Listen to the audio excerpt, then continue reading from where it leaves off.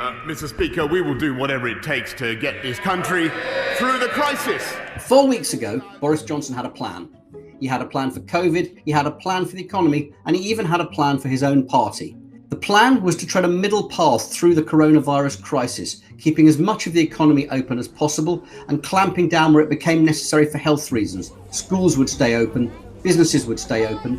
When there was a flare-up in a local region, that region would face tougher restrictions, but the country would remain as open as possible. In the last few days, however, he's had to junk the plan and impose a national lockdown and extend his furlough scheme till the end of next March. So now is the time to take action because there is no alternative. Changing course in response to new circumstances is a perfectly reasonable thing to do in a crisis.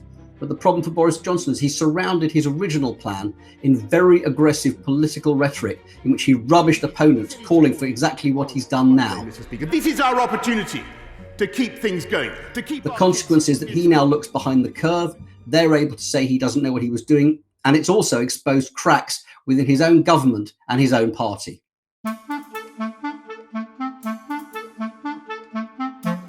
Boris Johnson's Chancellor Rishi Sunak really didn't want to go back into full lockdown and certainly didn't want to have to pay for a furlough till March, but the Prime Minister bounced him into it.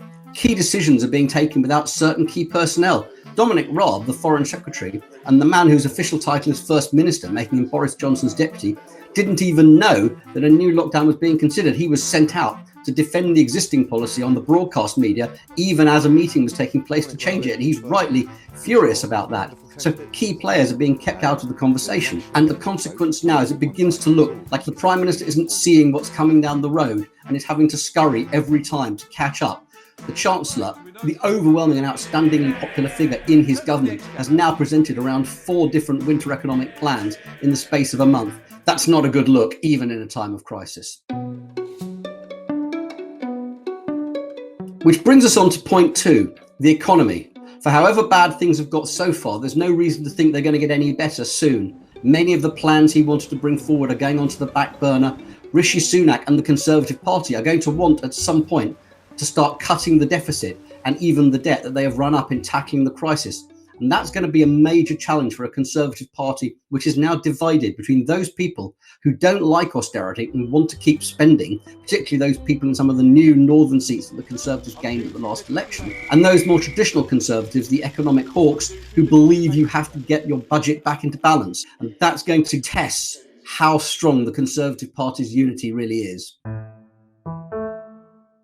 And then we come to the B word, Brexit, the policy which Boris Johnson would once have seen as his signature achievement. By the end of this year, the UK is going to be out of the European Union and its transition period, with or without a deal. The odds probably still favour a deal, but even with one, there's going to be a great deal of economic dislocation. Come January, we may well see major tailbacks of lorries at port, certain shortages in some things. We could see disruption.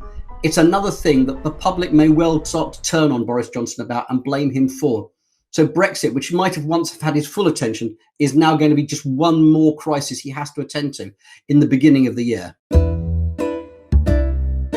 Underpinning all of Boris Johnson's challenges is a simple fact that the Conservative Party has lost its ability to pull together in times of difficulty. Its MPs have too often got hooked on intrigue and arguments. They've got into the habit of toppling leaders the moment things get difficult. And there are divisions within the Conservative Party ranks, which are becoming more and more apparent, between traditional Liberals and the interventionists, between the Southern MPs and the Northern MPs, between the globalists and the nationalists. And Boris Johnson is trying to pull all these strands together and keep the Conservative Party viable as it heads into what is likely to be a very, very difficult year economically. Many people in Britain are looking to 2021 and hoping that it's better than 2020. That may be a fond hope for Boris Johnson.